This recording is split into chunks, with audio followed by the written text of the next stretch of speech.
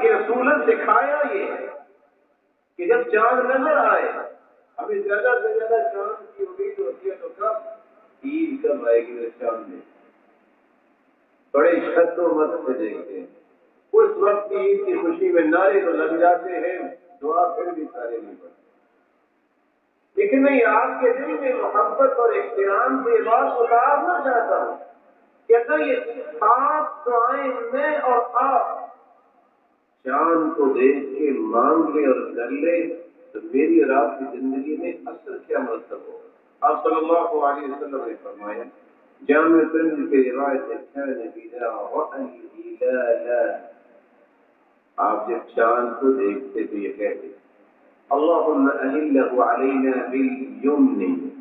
والایمان والسلامة والاسلام ربی ربک، یا اللہ یہ چاند جو نکلا ہے تیرے حکم سے نکلا، اس چاند کو ہمارے لیے برکت کا باعث بنا، ہمارے ایمان کی مضبوطی کا باعث بنا، سلامتی کا پیغام بنا اور اسلام کی بلندی کا پیغام بنا۔ اور دوسری روایت کے الفاظ ہیں والتوفیق لما تحب وترضى، اے اللہ اس چاند اس پورے مہینے میں اس عمل کی توفیق عطا فرمانا جس سے تو راضی ہو جائے تو تیرے لیے پسندیدہ ہے۔ اور تیسری روایت کے الفاظ ہیں غیر ضالین ولا مضلین، اے اللہ اس چاند کے طلوع ہونے کے بعد نہ ہمیں گمراہ ہونے دینا اور نہ ہی ہم کسی کی گمراہی کا سبب بنیں۔ اگر یہ ساری دعائیں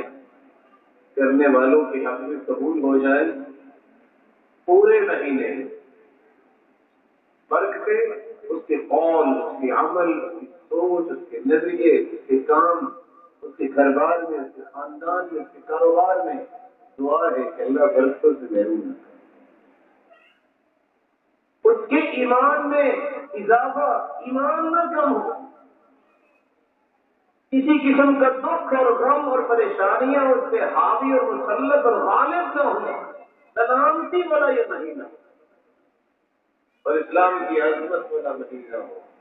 اللہ اور عمل کی توفیق دینا جس سے تو راضی ہو جائے اور تیرے لیے پسندیدہ بنے، اور پھر یا اللہ ہمیں گمراہ نہ ہونے دے اور نہ ہی اے اللہ ہمیں کسی کی گمراہی کا سبب بنانا۔